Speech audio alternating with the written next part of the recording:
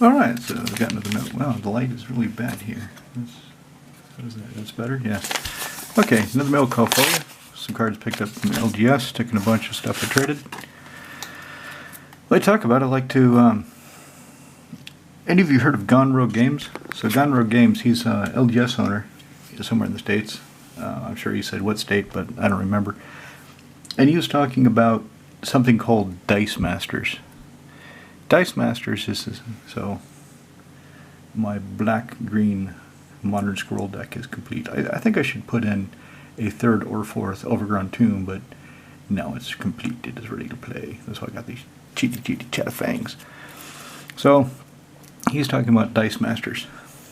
Dice Masters is a game from about, I think he said 5-10 years ago, and it was really popular. And he said it was a really great game. He loved to play it. And basically what it is you get a package, like when you get one of those Lego minifigures in a plastic package. So the package would have cards and it would have dice. And the dice have special characters, and they have different effects on the card. Think of them like flying counter or a death touch counter or something like that. So you get the variants of the cards, and also you get the variants of what the dice allow the cards to do. And he said it was a fantastic game. But what they did is they went for too many IPs too quickly. They went for Universes Beyond too fast and diluted the brand. They didn't even develop the brand before they started reaching. Sound familiar? Although Wizards has developed its brand. And they failed. They failed because they diluted their brand so much. Nobody really knew what they're doing. They're mixing things like Lord of the Rings with Marvel superheroes with, oh, what else did he say? He said some really weird things that they were mixing in. And the dissonance of having, like Picard, although I don't think they got Star Trek, but for example, Picard fighting Magneto in hand-to-hand combat. What? Are you fucking kidding me? That's retarded. So they failed because of this, and also because some of the cards, it would say things like affects all of the mutants in play. Well, if your opponent if you don't have any of the mutants in play, it's like a card you're playing a couple of dinosaurs, and you've got something that gives all dinosaurs trample, when you only have 2 dinosaurs in your deck. Okay, how great is that? But it was worse because it's even more narrow. Magic, of course, because we have all the tribes, I don't think they will have that problem. The last time they did something like that is Homelands. So, first, Antiquities had Gugothian Silex. Gugothian Silex, you cast it, I forget to cast it, and paid to activate it, and all cards from Antiquities were destroyed. Which led people to start asking, once reprints started happening, so do I have to remember all the cards that have been in Antiquities and revised? Do I have to keep track of them as time goes on and more reprints come out and more cards are reprinted from Antiquities? Because somebody triggers a Silex, if the card is 6th edition printing, okay, it was originally in Antiquities, but does that count? Is it still destroyed? I'm sure Gather says so, but I haven't looked it up yet. Homelands had something similar with Apocalypse Chime. It destroyed everything from Homelands. Not that Homelands is all that powerful, I tell you. Not powerful at all. So that was a really narrow card, those 2 cards, incredibly narrow. And imagine if you had a set full of things like that. For example, Stroke of Midnight. So 2 and a white for an instant, destroy target non-land permanent. Its controller creates a 1/1 white human creature token. What if Stroke of Midnight says, exile a creature from Eldraine? Well, how good would that be? And what happens if you go to play it, and one of your buddies is playing something that's been reprinted that was in Eldraine, and you know it was in Eldraine, but he doesn't? Okay, what kind of arguments is that going to cause? So that game eventually failed because they went too deep into other IPs too quickly. And I think in his thesis is Magic could be hitting that point, could be hitting that. Of course, Magic is a much bigger game, has a much longer history, a vast player base, and deep entrenchment and enfranchisement among certain classes of players. Like myself, I'm deeply enfranchised. That's why I've played Jihad, I've played Star Trek The Next Generation 20 years ago, and I played Eve. I bought into all those. Eve died pretty quickly. Eve was a really funny game. I really enjoyed it, but it died really quickly before it could build up much of a player base. Jihad, once I left Western Washington, I couldn't find anybody to play with. It was pretty localized because the game is more of a multiplayer game. So you need more than just one other guy to play. You don't just go to Tournament Center and play Jihad, typically. I'm sure you can, but it just didn't happen. So those are games I've been involved with that have died. I still own some of the cards, still own a full alpha set of Jihad and some random cards from subsequent sets. But Magic, I've got a shitload of Magic cards and I keep buying them. Like King Darien here. King Darien, I forget the Roman L. What is L? 100th? XVI, that'd be 18th, but the L, I don't know what the hell that is. 118th? I'm sure somebody in the comments tell me what L stands for. So 1 green-white, other creatures will get +1/+1. 5, 3 green-white, put a +1/+1 counter on King Darien, and create a 1/1 white soldier creature token. Notice I didn't put the numbers there. Or there. It just says King Darien. So the numbers there are kind of superfluous, aren't they? If they didn't repeat them. Sacrifice King Darien. Creature tokens you control gain hexproof and indestructible. When I first read this, it said other creatures control get +1/+1, so I assumed I just skipped past the token that says the creatures you control. Well, I was wrong. But in a creature token deck, he can still be pretty good. Thinking putting him in Reaper King in my token deck. So there's another example of a new card that I've acquired from the mainline Magic universe, Dominaria, the original universe, the original plane. But what's going to happen? Is it going to break under the weight of these? Because next year, remember, it's half Universes Beyond. And Rudy has said, and Rudy, he sees big numbers. He sees a lot of product flow. I think Rudy said at one point, either 1 or 6%, something like that, of Magic product, of all Magic product, flows through him. That's significant. That's huge. So he really sees what sells and what doesn't. And he says Universes Beyond sells. But then the other guys, like Gone Rogue Games, they talk about what they see as an LGS. And they see people coming in for Assassin's Creed, coming in for Lord of the Rings. And those kind of people typically stay for 2 years. Then they're out. So there's a serious churn that's coming. And if Wizards cannot draw people in to replace these people only staying in for a year or two, it's going to start to decline. The playership will contract. That's not necessarily a bad thing if they can retain the interest of people like me. People that have been playing for a long time, love the game, want to stay with the game, but are just really don't like this Universes Beyond bullshit, and really don't like this ever-increasing power creep and absolute deluge of product. Oh, Christ, there's just too much damn product coming out. But they're not. They don't care about people like me, because I don't buy enough new product to be of interest to them. And whatever I don't buy, because I don't want Universes Beyond, they'll get more than enough people to cover what I'm not buying. But for how long? And then what happens? How are they going to do the cash grabs then? Well, let's keep going to mail call. I got her for the art. I opened a flat one in Dominaria, the box that I opened, where One of them I kind of broke even, the other one I really did not come even close to breaking even, but it was still fun to open. So 2 white for 3/4 flying lifelinker. Kicker black and or red. So when she comes into play, if she's kicked once, she deals 2 damage to anything, and she's got a lifelink. And if she's kicked twice, she does 2 damage to that thing again, or something else. And she's got a lifelink. That's kind of cool. And it just looks cool. And that's basically a chroma. It's like a young Achroma. She's got a chroma sword, a chroma's colors, Archangel of Wrath, not Angel of Wrath.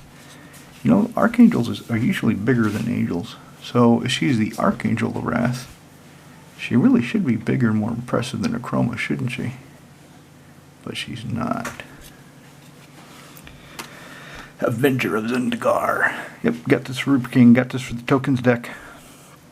When this bastard hits the board with 7 mana, I get a 0/1 green plant for every land I control. So it's fair that he costs a lot because I want a lot of lands when he comes into play. And then I get a bunch of tokens.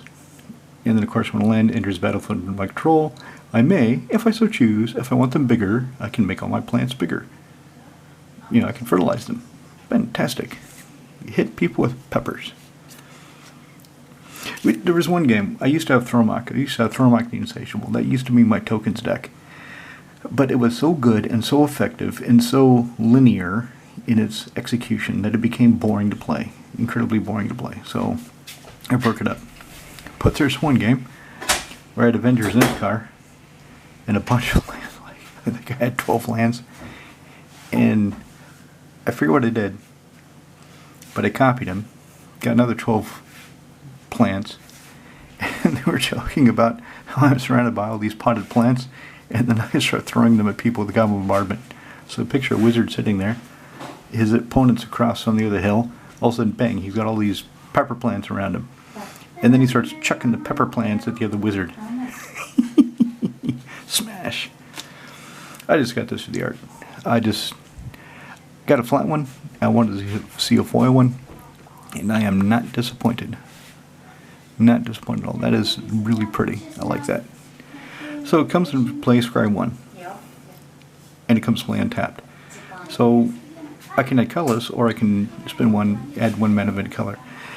Not only did I get this for the art, because I like it, but it has potential. I mean, it is playable. It is a playable card. A filter land in a 5-color deck, like Ruper King. Joyra, Ageless Innovator. I don't have any plans for a blue-red artifact deck, but she really makes me think of putting one together or putting her into Nekazar.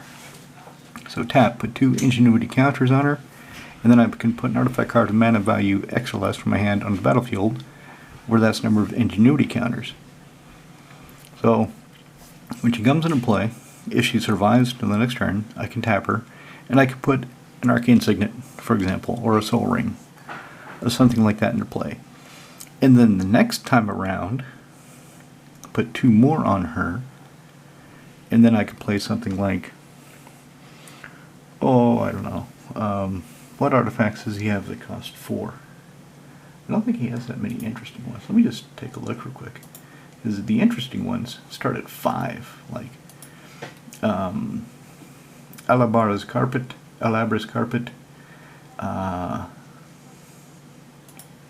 Gilded Lotus. Do I have Gilded Lotus in there?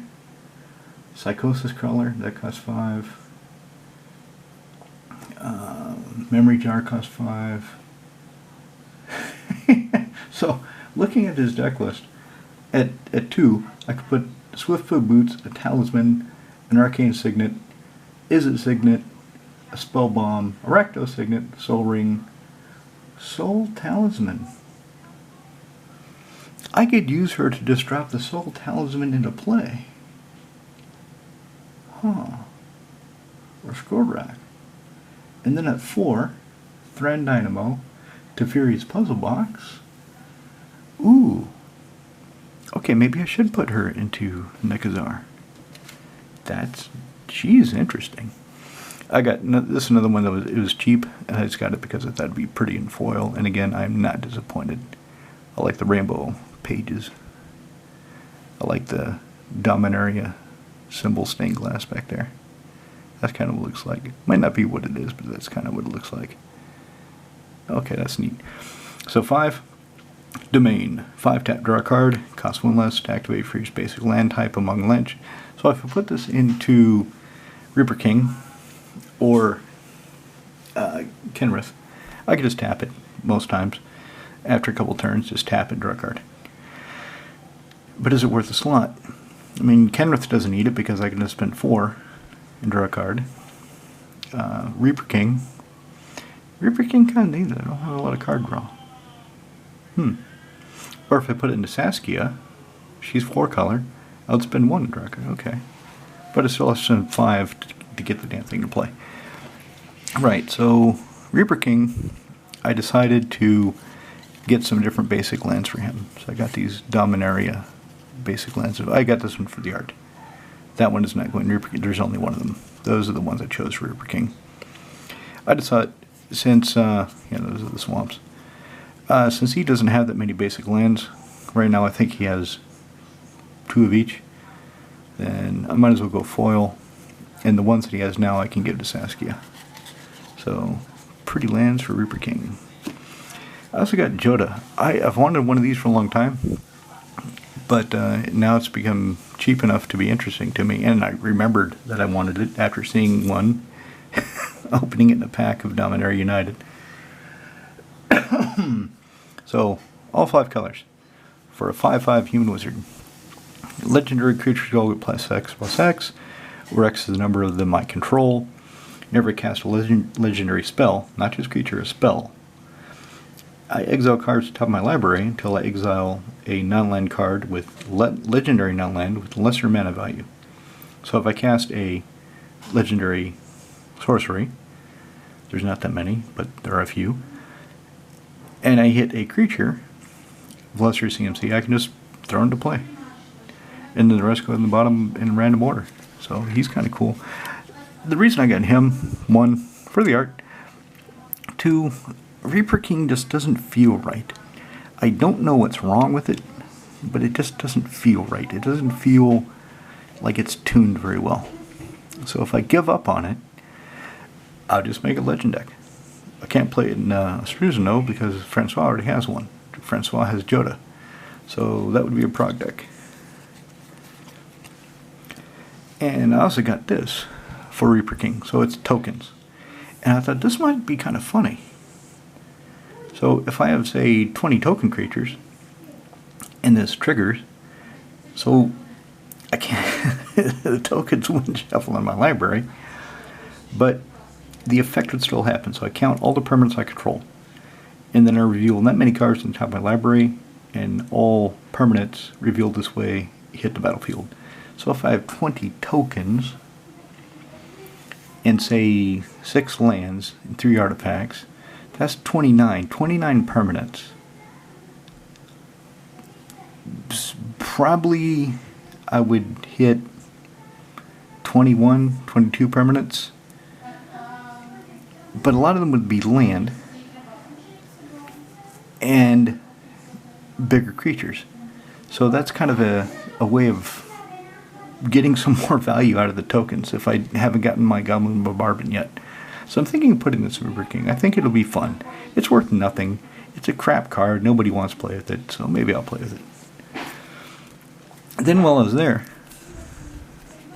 let's put the Strokes of Midnight here. While I was there, one of the backpack dealers who were doing their Modern Night, and he was sitting by in the back tables playing Commander with some lads he knows.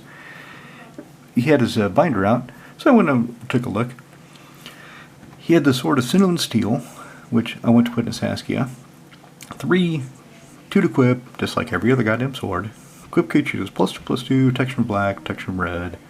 When it hits somebody, the equipped creature hits somebody, you get to destroy a planeswalker and an artifact. And that can be across the board. You can hit this guy, and then you can hit that guy's planeswalker and this guy's creature or artifact. So you can hit that guy with the creature. hit that guy with the Planeswalker, hit that guy with the artifact. Bang, bang, bang, bang. Piss off multiple people at the same time. Yeah. And he also had Kay the Inexorable. I was looking, and I'd never seen her before. Had no idea she existed. And I was reading her. And I'm like, okay, 3 black, white, 5 loyalty. What does she do? +1, put a ghost form counter and up to 1 target creature, non-token creature. Non-token, okay. It gains when this creature dies or goes to exile. Aha. Return it to your hand. And create a 1/1 white spirit creature token flying. So she's got potential. Real potential. I don't know what deck I'll put her in. I really don't. But I just like that. And neg 3, exile target, non-land permanent. Okay. Okay, that's not bad. Neg 7, you get an emblem. Yay, emblems! Something that you can't fucking interact with. That says at the beginning of your upkeep, you may cast a legendary spell from your hand, from graveyard, or from a card you own in exile without paying its mana cost. Ooh. Ooh, yeah. So, somebody exiles my goddamn graveyard, and I can get K out, and I can get the emblem. I can start getting my shit back. I love getting my shit back. That's why I have so much recursion in my decks.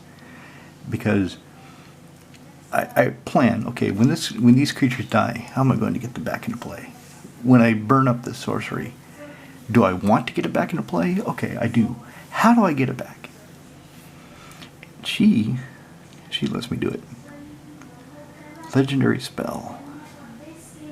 Nice. So I'll figure out where she'll go. I'm sure she'll go somewhere. Right now, she doesn't have a home. She just has potential, and I like it. So that's it. That's the mail call. Shall we go back to the doom and gloom about universes beyond, about where magic is going? Shall we go back to that? Everybody loves, negativity, right? Is the sky falling yet? Is wizards burning our asses? I mean, they're burning their bridges. Might as well burn our asses too, right? Alright, anyway, that's it.